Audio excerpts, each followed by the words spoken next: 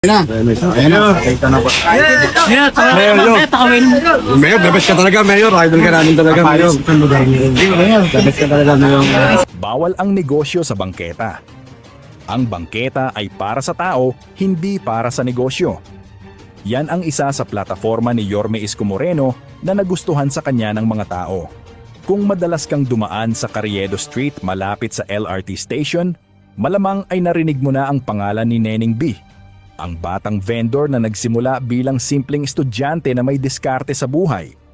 At ngayon isa ng viral food sensation. Mula sa simpleng puhunan, ngayon ay nakakabenta na siya ng 200 sandwiches kada araw at kumikita ng higit 114,000 piso kada buwan. O mas malaki pa dito, dahil sa aking pagre-research ay hindi lang isa ang pwesto ni Neneng B at hindi lang sandwiches ang binibenta niya. Meron tayong cheese mayo. Tama ba yung ginagawa ko na Tama Neneng B? po. Okay. Tapos next naman natin ay ketchup.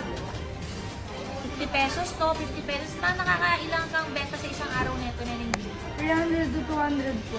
Grabe, tapos naubos yun ng mga 12 na ng gabi. Opo, mga 10 po. 10 p.m. ubos na yun. Pero grabe, pinipilahan ka talaga, no? 26 na araw sa loob ng isang buwan, aabot ang kanyang kita sa 114,400 piso monthly net income. Big time si Neneng B, di ba? Take note, 200 sandwiches pa lang yung kinukwenta natin. Kung trending at viral ka at pinipiliahan siguradong lagpas pa. At tandaan, hindi lang isa ang pwesto nila sa Carriedo. Pag-usapan naman natin ang pagbabalik ni Yorme Isko Moreno. Ngayong bumabalik sa aksyon si dating Mayor Isko Moreno, isa sa mga pangunahing layunin niya ay ang paglilinis ng Maynila. Walang santong vendor, sikat man sa TikTok o hindi. Ang bangketa ay para sa tao, hindi sa negosyo. Gradable naman yan. Siyempre, mas maganda pa rin kung sila mismo nagpupusa na ilalagay sa tamang sisidlan yung mga customer. Kasi kinokolekta naman yan. Ilang taon ang lumipas at sa ilalim ng kasalukuyang administrasyon ni Mayor Honey Lacuna, naging maluwag ang bentahan sa kalye.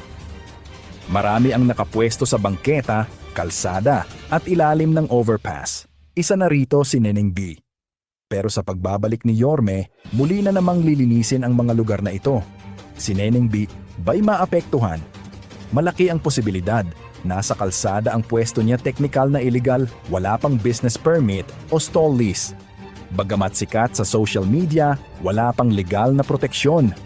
Kung pagbabasehan ang estilo ni Yorme, hindi niya palalampasin kahit sino. Artista, sikat sa media o hindi. Kaya maaaring pati si Neneng B ay mapaalis o mapilitang lumipat. Yorme, kontrabida o tagapag-ayos? Depende kung paano ito tingnan. Kung ikaw ay pedestrian, bayani si Yorme dahil nililinis niya ang daan. Kung ikaw ay vendor tulad ni Neneng B, banta siya dahil maaari kang mawalan ng kabuhayan. Pero kung si Neneng B ay makikipag-ayos sa LGU, magparehistro, at lumipat sa legal na pwesto, baka sa halip na mawala, lalo pa siyang yumabong. Ano ang dapat gawing hakbang ni Neneng B? Makipag-ugnayan sa City Hall para sa legal na pwesto. Magparehistro sa DTI at kumuha ng barangay clearance. I-level up ang cart at presentation bilang small food business. Gamitin ang social media fame para makuha ang suporta ng publiko. Puso ng kwento. Diskarte at disiplina. Sa lungsod na mabilis magbago, kailangang matuto ring sumabay. Minsan hindi sapat ang sipag, kailangan din ng sistema.